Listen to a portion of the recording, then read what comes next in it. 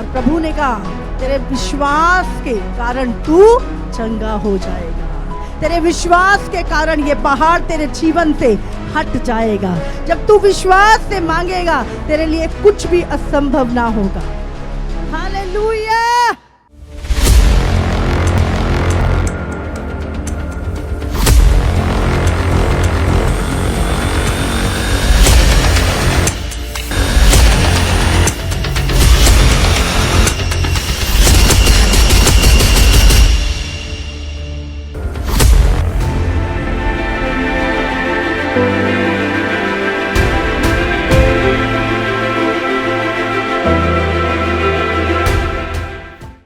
प्रार्थना आपको परमेश्वर से जोड़ती है।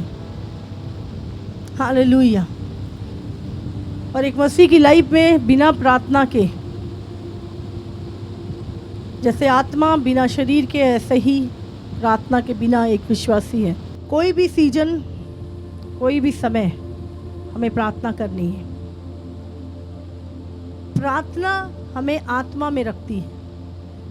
वचन कहता है ना, आत्मा में बढ़ते जाओ।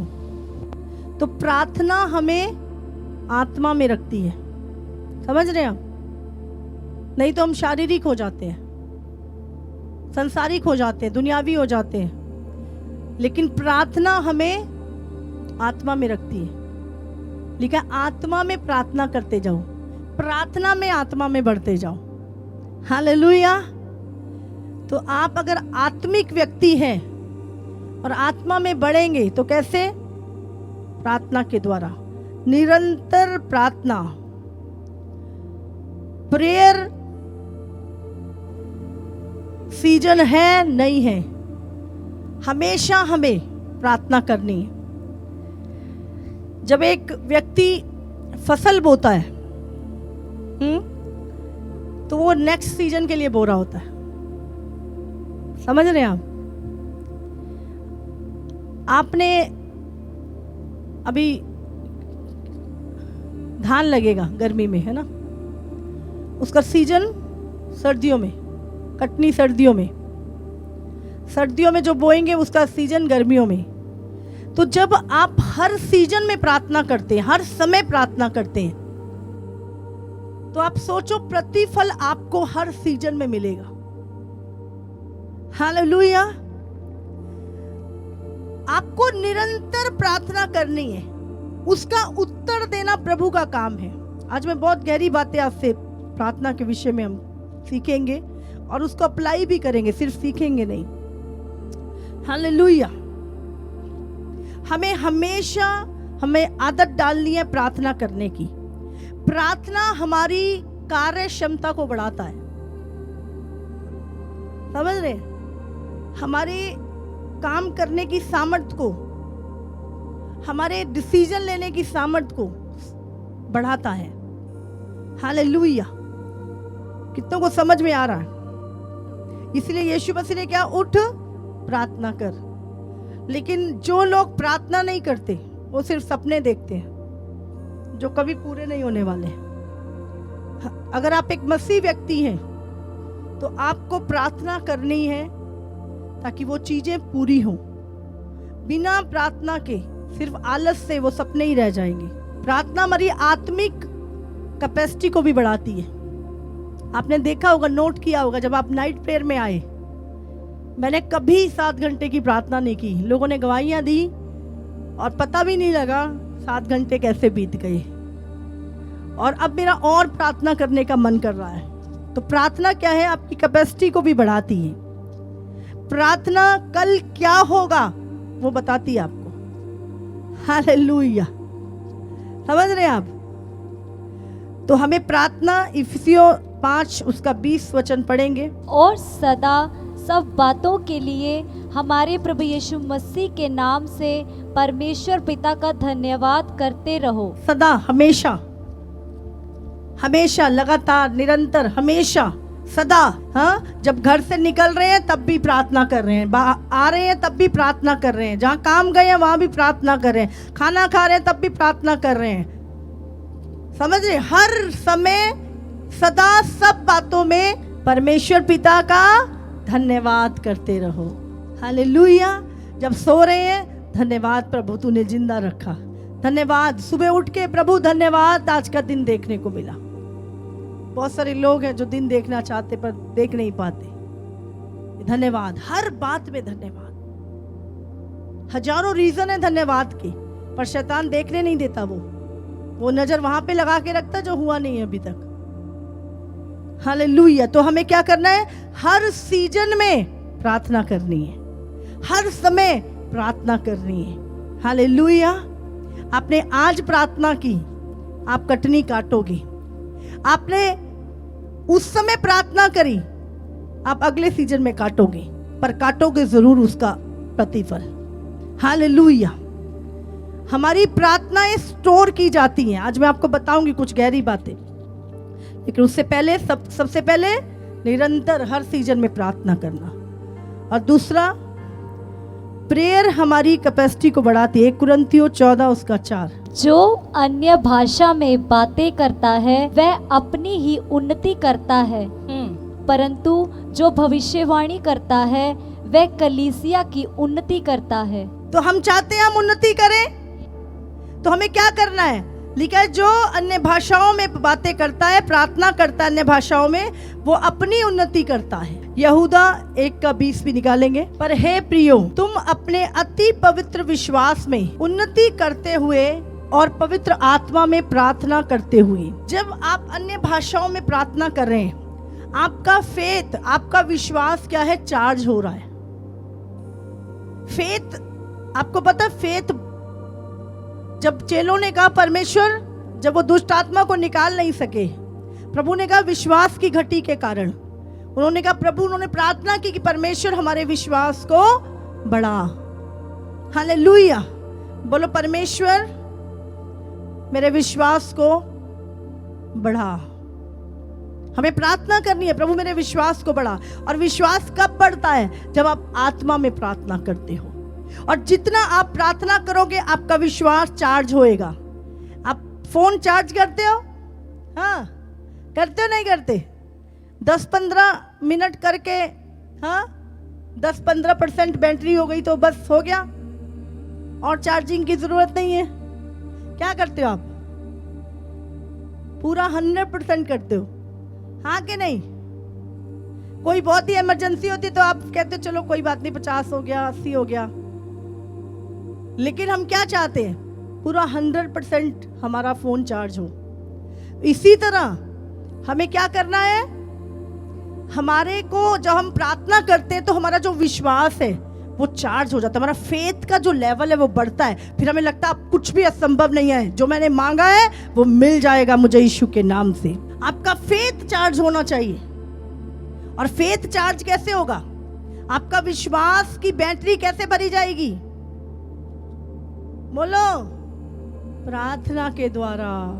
हालेलुया। इसलिए हमें प्रार्थना करना। जो लोग, जब हम प्रार्थना नहीं करते ना, तो हमारा जो फेथ है वो चार्ज नहीं होता। फिर हमें लगता पता नहीं ये काम होगा कि नहीं होगा, पता नहीं प्रार्थना सुनेगा कि नहीं सुनेगा प्रभु, है ना? तो आपका जो विश्वास होता है, बहुत आपकी जो बातें होती हैं वो बहुत अविश्वास से भरी होती है, क्योंकि आपने अपने विश्वास को चार्ज नहीं किया। हालेलुया। तो जब हम आत्मा में प्रार्थना करते हैं तो क्या होता है? हमारा विश्वास चार्ज होता है। और प्रभु ने कहा तेरे विश्वास के कारण तू चंगा हो जाएगा, तेरे विश्वास के कारण ये पहाड़ तेरे जीवन से हट जाएगा। जब तू विश्वास से मांगेगा तेरे लिए कुछ भी असंभव ना होगा। हालेलुया। दूसरी चीज हमने क्या सीखी? प्रेयर हमारी कैपेसिटी को, विश्वास को बढ़ाती है, विश्वास को चार्ज करती है। हमारा विश्वास एक्टिव हो जाता है जब हम प्रार्थना करते हैं, सामर्थ्य हो जाता है। बहुत बार हमारा विश्वास कमजोर होता है कि नहीं? बताओ जल्दी, होता है कि नहीं? ऐसा लगता है जिंदगी रुक गई, कुछ नहीं होगा, निराश हो जाते हम। होता है कि नहीं? बोलो हाँ कि ना। तो इसका मतलब क्या हो रहा है? बैटरी फेथ की चार्ज नहीं है। प्रार्थना नहीं कर रहे आप लोग, प्रार्थना नहीं कर रहे। इसलिए विश्वास चार्ज नहीं हुआ। इसीलिए आपकी मुंह से बातें, जब आप प्रार्थना करोगे आपका विश्वास एक्टिव होगा, आपका विश्वास सामर्थ्य होगा, और फिर बड़े बड़े मिरेकल्स आप अपनी लाइफ में देखेंगे। हालेलुया। तो हमने क्या देखा कि प्रार्थना हमारी उन्नति करती है। क्या करती है?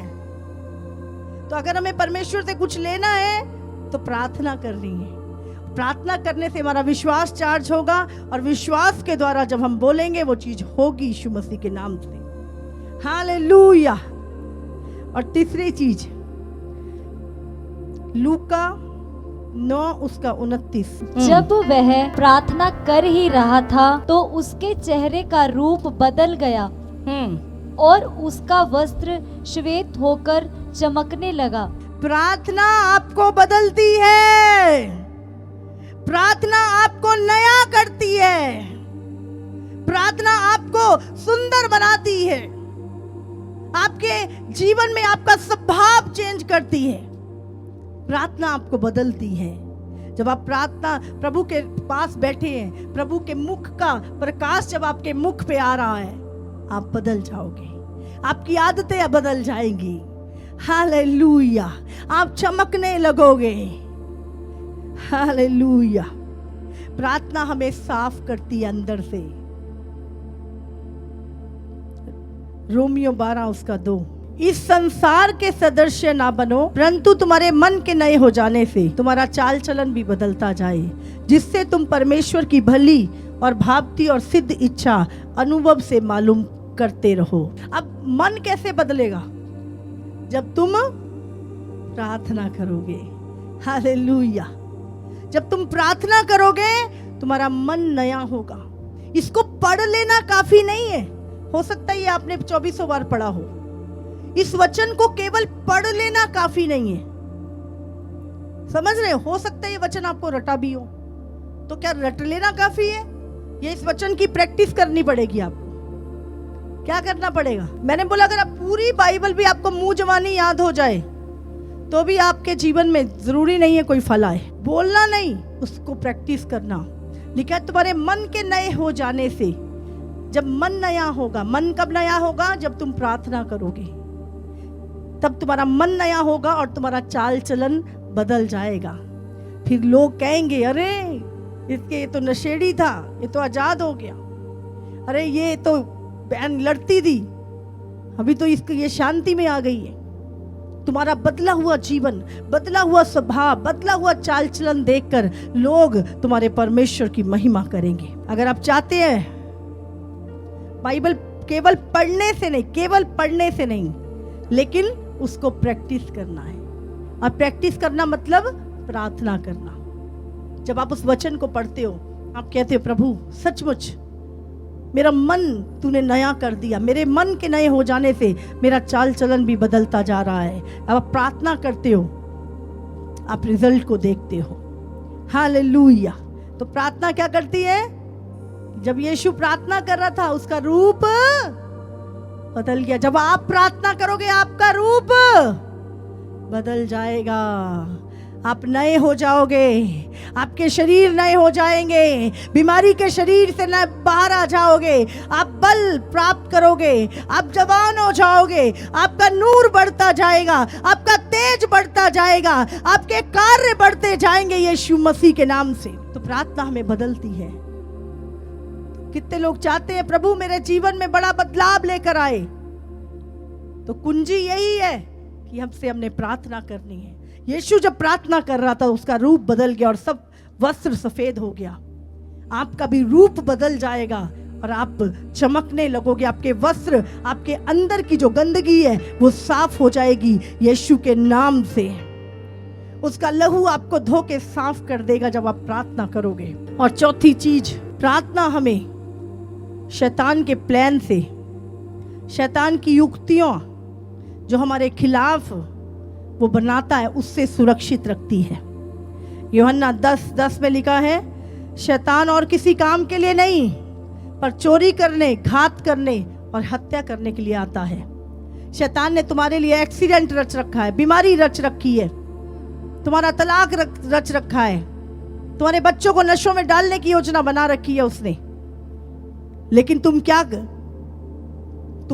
प्रार्थना कर रहे हो, और जब तुम प्रार्थना कर रहे हो उसके सारे प्लान डिस्ट्रॉय हो जाएंगे, उसकी सारी योजनाएं टूट जाएंगी यीशु मसीह के नाम से। और उसी दौरान जब आप यहाँ पर प्रार्थना कर रहे हो और वहां पर कुछ होने जा रहा है, और प्रभु, अगर आप आत्मा में अलर्ट होते हो तो प्रभु आपको बोलेगा उठ प्रार्थना कर, और जैसे आप प्रार्थना करोगे शैतान का जो प्लान है आपके लिए वो कैंसिल हो जाएगा, वो टूट जाएगा।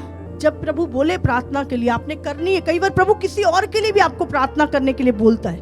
मुझे कई बार प्रभु ऐसे लोगों के नाम देता है जिनको मैं जानती तक नहीं हूं, मैं लिख लेती हूँ कि कभी मिलेगा तो बताऊंगी तेरे लिए, इस दिन प्रभु ने प्रार्थना कराई थी। आपको प्रार्थना करनी है, आप यहाँ प्रार्थना कर रहे हो, आपको पता नहीं अगर आपका भाई इंग्लैंड में बैठा और उस पर कोई एक्सीडेंट होना है तो प्रभु यहाँ से वो कैंसिल कर सकता है। इतनी सामर्थ है प्रार्थना में, और लोगों को लगता है प्रार्थना भी, यहाँ पे प्रार्थना कराना ही तो आते हैं हम, हाँ प्रार्थना से ही सब कुछ हो रहा है, समझ रहे हैं आप?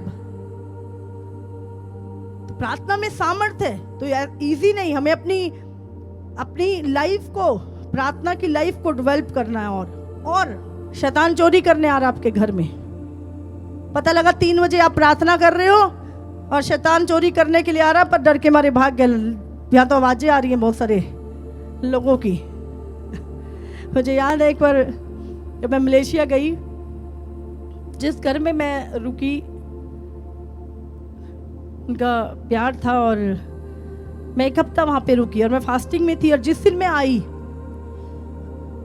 वो लोग बहुत थके हुए थे और सो गए, और उन्होंने बोला कि रात को हमारे घर पे रात को कोई प्रार्थना कर रहा था, तो वो एक दूसरे को उठ के पूछ रहे, तू प्रार्थना कर रहा था, तूने मुझे नहीं उठाया, तू प्रार्थना करी थी, तूने मुझे, पता लगा कोई भी नहीं, किसी ने भी नहीं की। और कहते हमें इतनी जोर जोर से हमारे घर से आवाजें आ रही थी, कहती दूत प्रार्थना कर रहे थे। और आज प्रभु ने उस बेटी को अभिषेक दे के उस जगह पर प्रार्थना के लिए खड़ा किया है। हालेलुया। फिर वो याद आया, अरे यहाँ तो मम्मा रह के गए हैं 1 हफ्ता, तो हो नहीं सकता कि दूत प्रार्थना ना करें यहाँ पर। हालेलुया। दूत प्रार्थना करें, ऊंची ऊंची आवाज आ रही उनकी प्रार्थना की, समझ आ रही? आप प्रार्थना करो, रात को प्रार्थना, सुबह प्रार्थना, जब भी। आप जानते हैं जितने भी प्रभु के सेवक थे, चाहे वो इब्राहिम था, इसहाक था, बाइबल में लिखा है इब्राहिम सुबह तड़के उठ के प्रार्थना करता था, याकूब प्रार्थना करता था, इसहाक प्रार्थना करता था, दाऊद प्रार्थना करता था, सुबह उठ के प्रार्थना करता था। वो एक वचन निकालेंगे हम, मरकुस 1:35। भोर को दिन निकलने से पहले वो उठकर निकला और एक जंगली स्थान में गया और वहां प्रार्थना करने लगा। यीशु मसीह कब प्रार्थना करने जा रहा है? भोर को, दिन निकलने से पहले, तकरीबन 3 बजे, 3-4 के टाइम पर यीशु मसीह दिन निकलने से पहले भोर को उठकर निकला और एक जंगली स्थान में गया और वहां प्रार्थना करने लगा। हालेलुया, है ना? बहुत सारे पास्टर जी, हमारा तो एक ही कमरा है, कैसे प्रार्थना? यहाँ पे आ जाओ, खुला मैदान है, कहीं बैठ के करो प्रार्थना। हाँ, छत पे चले जाओ, प्रार्थना करो। कोई एक्सक्यूज नहीं है, कोई बहाना नहीं है, प्रार्थना करनी है जरूर। आपको पता नहीं, प्रार्थना आपकी शुगर को नॉर्मल कर देगी, आपके कैंसर को भगा देगी, आपके घात करने वालों को नाश कर देगी, आपकी बीमारियां खत्म हो जाएंगी प्रार्थना करने के द्वारा। प्रार्थना करना आदत बना ले हम अब। तो यीशु मसीह बड़ी भोर को प्रार्थना करने के लिए जाया करता था। प्रभु चाहता है कि हम प्रार्थना करें। आप जानते हैं हमारी जो प्रार्थनाएं हैं वो परमेश्वर के सम्मुख पहुंचती हैं। मैंने बहुत बार कुछ प्रार्थनाएं की जिसका आंसर मुझे तुरंत नहीं मिला, लेकिन बहुत समय बाद जब मैं भूल चुकी थी उन प्रार्थनाओं को, तब मुझे उसका उत्तर मिला। आपकी प्रार्थनाएं कभी भी अनसुनी नहीं होती हैं, वो स्टोर होती हैं और समय आने पर प्रभु उसका आंसर आपको देता है। हालेलुया। उस प्रार्थना को पूरा करने का सीजन है प्रभु का, वो तभी वो उसका प्रतिफल देता है। हालेलुया। आप प्रार्थना करके भूल जाते हैं, लेकिन प्रभु आपको जब उसका उत्तर देता है तब याद कराता है कि तूने प्रार्थना की थी इसके लिए। प्रेरितों के काम 3 उसका 1 से पढ़ेंगे हम। पतरस और यूहन्ना तीसरे पहर प्रार्थना के समय मंदिर में जा रहे थे और लोग एक जन्म के लंगड़े को ला रहे थे। कितनों को समझ आ रहा है? तीसरा पहर, आप जानते हैं 1 पहर 1 घड़ी। कितने पहर होते हैं? 8 पहर। 8। यीशु मसीह ने जब अपने चेलों को बोला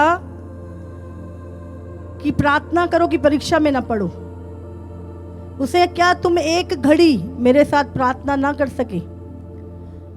आप कहने 8 घड़ियां, हाँ 1 घड़ी। 24 घंटे में से 3 घंटे 1 घड़ी, कम से कम मिनिमम 3 घंटे प्रार्थना। और यहां पर वो तीसरे पहर तकरीबन दोपहर के 3 बजे ये प्रार्थना करने के लिए चाह रहे। एक वचन और पढ़ेंगे, प्रेरित तो 10 उसका 1 से 5। कैसरिया में कुरनेलियुस नाम का एक मनुष्य था जो इतालियानी नामक पलटन का सूबेदार था। वह भक्त था और अपने सारे घराने समेत परमेश्वर से डरता था। हाँ, वो भक्त था और परमेश्वर से डरता था। क्या आप परमेश्वर से डरते हो? क्या आप परमेश्वर का भय मानते हो? हाँ कि ना? क्या आप परमेश्वर से डरते हो? हाँ, लिखा वो परमेश्वर से डरता था, अपने सारे घराने समेत डरता था और यहूदी लोगों को बहुत दान देता था और बराबर परमेश्वर से प्रार्थना करता था। बराबर मतलब वो जो समय था प्रार्थना का, सुबह, दोपहर और गोधूली के समय, शाम को, वो तीनों पहर बराबर प्रार्थना करता था। उसने दिन के तीसरे पहर के निकट दर्शन में स्पष्ट रूप से देखा कि परमेश्वर का एक स्वर्गदूत उसके पास भीतर आकर कहता है, हे कुरनेलियस। उससे ध्यान से देखा और डर कर कहा, हे प्रभु क्या है? उसने उससे कहा, तेरे दान और तेरी प्रार्थनाएं स्वर्ग में पहुंची हैं। और उसका उत्तर देने के लिए स्वर्गदूत भेजा गया। जब आप प्रार्थनाएं कर रहे हो, किस टाइम? तीसरे पहर वो प्रार्थना कर रहा है, 3 बजे। ये वो समय था जब यीशु क्रूस पे चढ़ाया गया था, जब यीशु ने अपने प्राण त्यागे थे। सुबह 9 बजे जब पवित्र आत्मा उड़ेला गया था, हाँ, जब चेलों के ऊपर, अगर आप प्रेरितों के काम पढ़ें उसका 1 उसके 8 में लिखा है, जब चेले प्रार्थना कर रहे थे, जब चेले प्रार्थना कर रहे थे तो पवित्र आत्मा उन पे उतरा और आग की जीवें उन पर आकर ठहर गई और वो आत्मा से भर गए और अन्य भाषाएं बोलने लगे। तो लोग कहने लगे ये तो नशे में है। पौलुस ने क्या बोला? कहते अभी तो सुबह के 9 ही बजे है। हाँ, सुबह सुबह इन्होंने कौन सा नशा कर लिया? ये आत्मा के नशे में है। यहाँ पे लिखा अभी तो पहर ही दिन चढ़ा है, 2:15 में लिखा है। मतलब सुबह के 9 बजे थे वो, पहला दिन का पहर ही चढ़ा है, 9 बजे का समय, पवित्र आत्मा जब उतरा था। हालेलुया। कितनों को समझ में आ रही है? और मैं चाहती हूँ हम प्रार्थना की रूटीन बनाएं, हाँ, चाहे थोड़ी देर के लिए। सुबह 9 बजे घुटने टेके, 3 बजे घुटने टेके, 6 बजे घुटने टेके, गोधूली के समय प्रभु को धन्यवाद की भेंट चढ़ाना। प्रार्थना परमेश्वर से करनी है। सबसे पहले हमें क्या करना है? प्रभु के पास आना है। हालेलुया। सबसे पहले हमें प्रभु के पास आना है और उसके बाद अपने शरीर को, बाइबल में लिखा है लोग परमेश्वर के मंदिर में आते थे उस बलि को लेकर, और वो बलि चलाई जाती, उसका मांस चलाया जाता था। अपने जीवन को, अपनी अभिलाषाओं को, अपने इच्छाओं को पूरी रीति से जलाना है। और फिर लिखा है वहां पर आगे, कहते वहां पे पानी का एक हौद होता था मंदिर में, उसमें वो लोग अपने हाथ पैर धोते थे। इसका मतलब है पानी का बपतिस्मा और उसके बाद सकरा मार्ग, परमेश्वर के साथ चलना। आज कुछ नहीं, प्रार्थना लाइव नहीं, कोई फास्टिंग नहीं, कोई संगति नहीं, बस प्रभु ने कहीं नहीं कहा कि मैं तुम्हें दुनिया की चीजें देने आया हूं, संसार की वस्तुएं देने आया हूं, मैं तुम्हें गाड़ी और घर देने आया हूं। प्रभु ने कहा जब तुम मेरे पीछे चलोगे, जब तुम मेरे पीछे चलोगे, मेरे धर्मराज की खोज करोगे, तो ये चीजें तुम्हें सेत-मेत मिल जाएंगी, अपने आप तुम्हारे पीछे आ जाएंगी, इनको मांगने की भी जरूरत नहीं है तुम्हें। हालेलुया, समझ आ रही है आपको? बोलता वो सेत-मेत मैं तुम्हें दे दूंगा फ्री में, जब तुम प्रार्थना करोगे, जब तुम अपने आप को प्रभु को चढ़ाओगे। प्रकाशित वाक्य एक वचन पढ़ेंगे हम, 8:3। फिर एक और स्वर्गदूत सोने का धूपदान लिए हुए आया और वेदी के निकट खड़ा हुआ, और उसको बहुत धूप दिया गया कि सब पवित्र लोगों की प्रार्थनाओं के साथ सोने की उस वेदी पर जो सिंहासन के सामने है चढ़ाए। उस धूप का धुआं पवित्र लोगों की प्रार्थनाओं सहित स्वर्गदूत के हाथ से परमेश्वर के सामने पहुंच गया। आप जानते हैं जो आपकी प्रार्थनाएं हैं उसको स्वर्गदूत आपकी प्रार्थनाओं को लेके जाते हैं परमेश्वर के सामने, और परमेश्वर के सामने जो वेदी है उस पे चढ़ा देते हैं। लिखा है तब स्वर्गदूत ने धूपदान लेकर उसमें वेदी की आग भरी और पृथ्वी पर डाल दी, गर्जन और शब्द और बिजली और भूकंप होने लगे। स्वर्ग में 24 प्राचीन हैं। कितने प्राचीन हैं पता है सबको? हमने पढ़ा है बाइबल में। और 24 प्राचीनों के हाथ में एक एक कटोरा है। आप जानते जब आप प्रार्थनाएं करते हैं, कोई आपकी प्रार्थना को इकट्ठा कर रहा होता है। कहते वो 24 प्राचीन आपकी प्रार्थनाओं को इकट्ठा करते हैं हर घंटे।